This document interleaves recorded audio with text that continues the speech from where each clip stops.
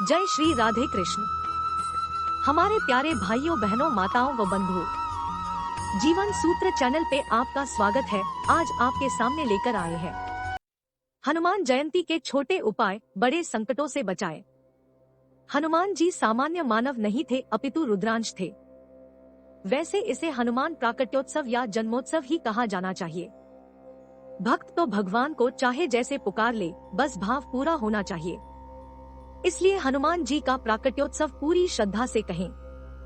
शास्त्रों के अनुसार हनुमान जन्मोत्सव हर वर्ष 2 बार मनाई जाती है।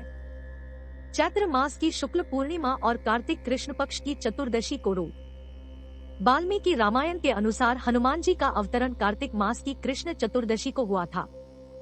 वहीं पुराणों के अनुसार शिवजी ने पवनदेव की सहायता से अपना तेज माता अंजना के गर्भ में स्थापित कराया।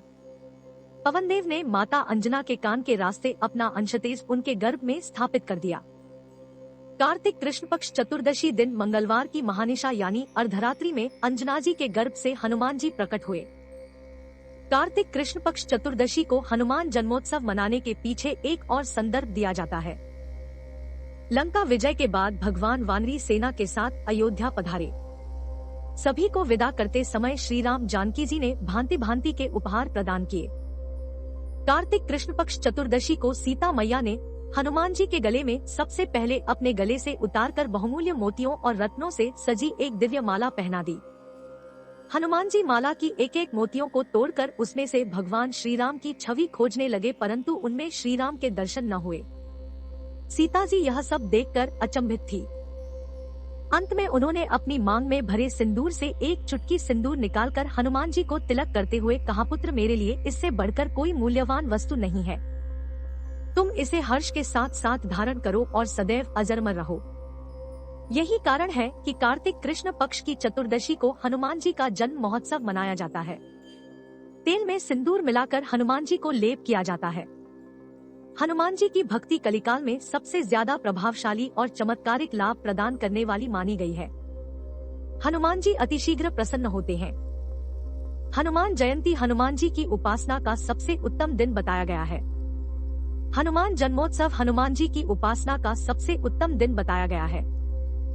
आज हम आपको हनुमान जी को प्रसन्न करने के सरल उपाय और साथ ही साथ हनुमान जी की साधना से जुड़े कुछ सरल उपाय बताएंगे।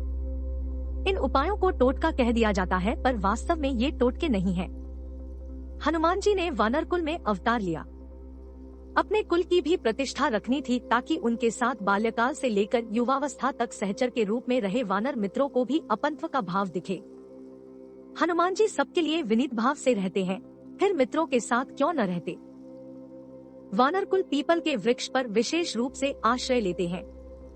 स्वयं नारायण अपने आप को वृक्षों में अश्वत्थ यानी पीपल मानते हैं और पीपल पर विशेष रूप से निवास करते हैं। जहां नारायण रूपी श्री राम वहां हनुमान, इसीलिए पीपल से जुड़े उपायों से हनुमान जी शीघ्रता से प्रसन्न होते हैं। यानी आप कह सकते हैं कि सबके लिए सुलभ पीपल आपके लिए हनुमान जन्मोत्सव को विशेष रूप से रामबाण जैसा सिद्ध हो सकता है। दरिद्रता, रोग, शत्रु भय आदि कई परेशानियों से मुक्ति के लिए हनुमान जन्मोत्सव को पीपल के साथ जुड़े कुछ पूजन से चमत्कार होता है और यह आजमाई हुई बात है। हम आपको विस्तार से इन सरलतम और बिना खर्च वाले उपायों से परिचित कराते हैं, जिनका निश्चित रूप से लाभ होता है। इन्हें आजमा कर एक बार देख तो ले, कोई हर्ज तो है नहीं। धन की परेशानी के साथ बहुत सी परेशानियां दरवाजा खटखटाने लगती हैं। आर्थिक तंगी से जूझ रहे परिवार के संकटों का हरण कर धन प्रदान करते हैं हनुमान जी। यदि हनुमान जन्मोत्सव या प्रति मंगलवार अथवा शनिवार को एक उपाय आप करें, यह उपाय आजमाया हुआ और लाभकारी होता है। हनुमान जन्मोत्सव के दिन या सप्ताह के प्रति मंगलवार और शनिवार को ब्रह्म मुहूर्त में उठें। नित्य कर्मों से निवृत्त होकर पीपल के पेड़ से 11 पत्ते तोड़ लें। पत्ते कटे हुआ छिदे हुए न हो, पूरे होने चाहिए। खंडित पत्ते का प्रयोग न करें। गंगाजल या किसी पवित्र तीर्थ के जल में कुमकुम या अष्टगंध या चंदन मिलाकर इससे सभी पत्तों पर श्री राम नाम लिखें। जब नाम लिख रहे हो तो हनुमान चालीसा या हनुमान जी अष्टक या हनुमान जी का कोई भी मंत्र आदि का पाठ करते रहें। हनुमान चालीसा आम तौर पर लोगों को याद रहती है, इसलिए चालीसा का पाठ कर सकते हैं। श्री राम नाम लिखे हुए इन पत्तों को धागे में बांधकर एक माला बना ले। इस माला को किसी हनुमान जी के मंदिर जाकर वहां प्रतिमा पर चढ़ा दे। यह उपाय कुछ समय तक करते रहें। श्रद्धा और विश्वास से यदि पाठ करते रहें तो इसका लाभ होगा और आपकी आर्थिक परेशानियों का अंत होगा। मंगलवार और शनिवार को हनुमान जी के मंदिर जाकर हनुमान चालीसा पढ़ने, हनुमान जी के दर्शन करना आरंभ कर दें। इसकी शुरुआत के लिए हनुमान जन्मोत्सव का दिन सबसे उत्तम है। ऐसा करने से मंगल व शनि के दोषों से कोई भय नहीं होता। हनुमान जन्मोत्सव या शनिवार के दिन हनुमान जी को मीठा पान भी चढ़ाया जा सकता है। हनुमान जी के लिए मीठा पान नैवेद्य माना जाता है। इससे कुंडली के ग्रह दोषों से शांति मिलती है। हनुमान जन्मोत्सव को पीपल की जड़ में मिट्टी के दीपक में तेल डालकर जलाएं। इसके बाद आप वापस अपने घर लौट आए, किंतु ध्यान रहे कि आप पीछे मुड़कर न देखें। इससे घर की कंगाली दूर होती है और धन में वृद्धि होती। हनुमान जन्मोत्सव को सुंदरकांड, हनुमान चालीसा, हनुमान अष्टक और बजरंग बाण की पूजा करनी चाहिए। आपके पास यदि हनुमान चालीसा, बजरंग बाण, सुंदरकांड आदि है तो इसकी पूजा अवश्य करें। इस शुभ दिन पर हनुमान जी की पूजा करने से सभी पापों से मुक्ति भी मिलती है और घर में सुख शांति वास करती है।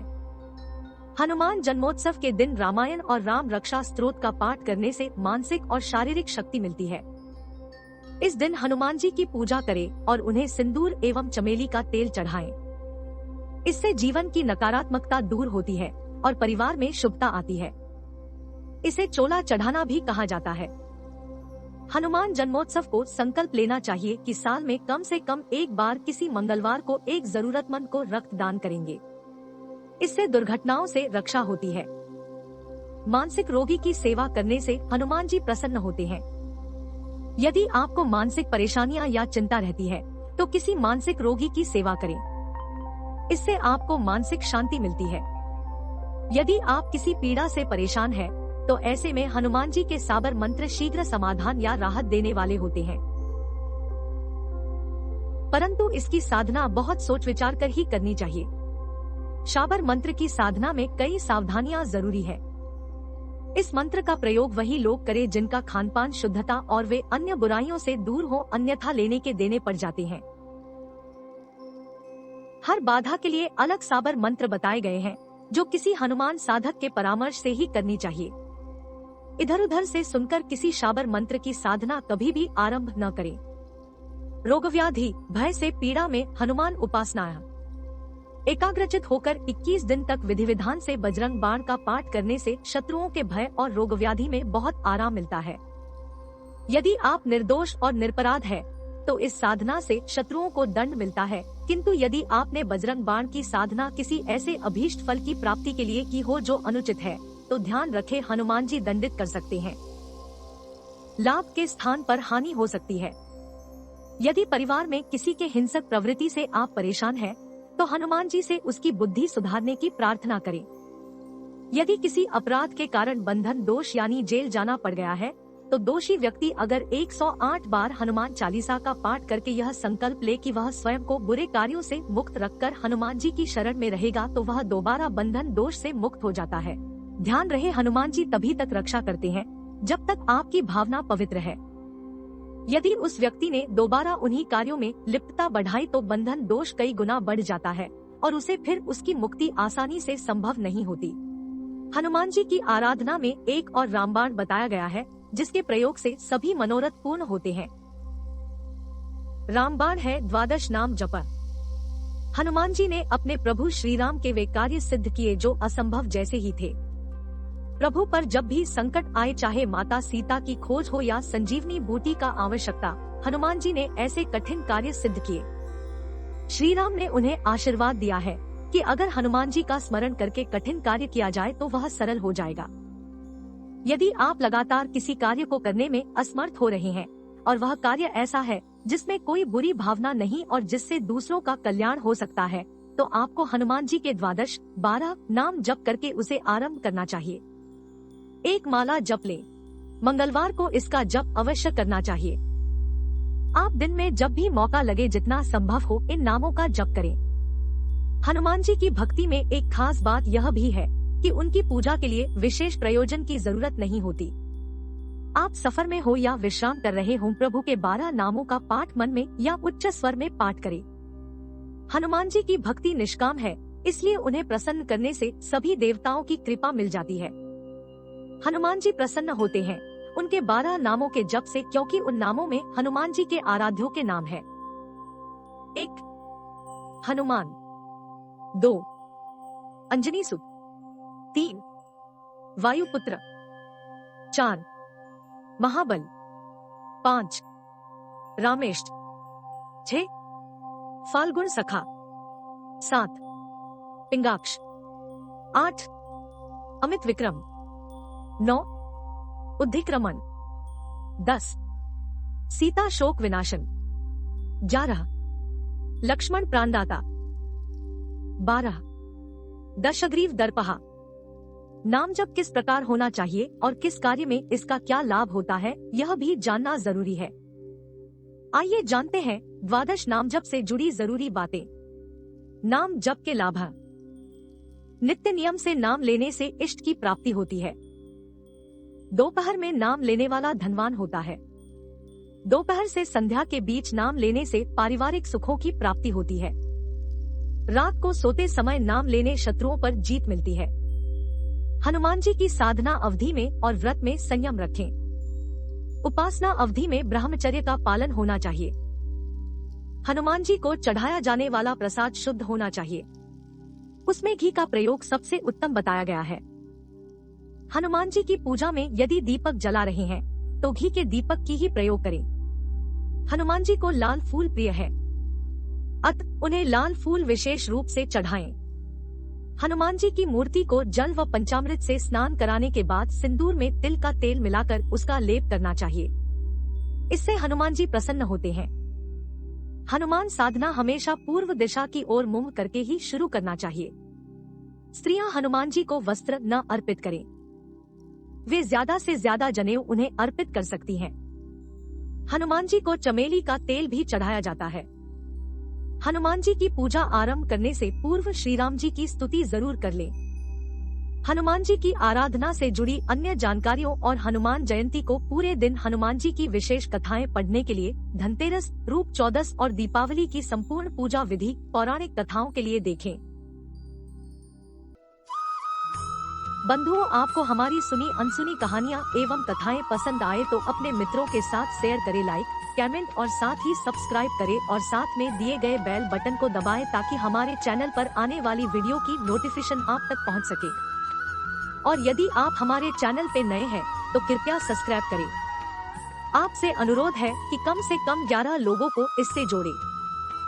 आप कोशिश करें कि अपने मित्रों, रिश्तेदारों को इससे अवगत करा दें ताकि वे भागवत की कथाओं से वंचित न रहें।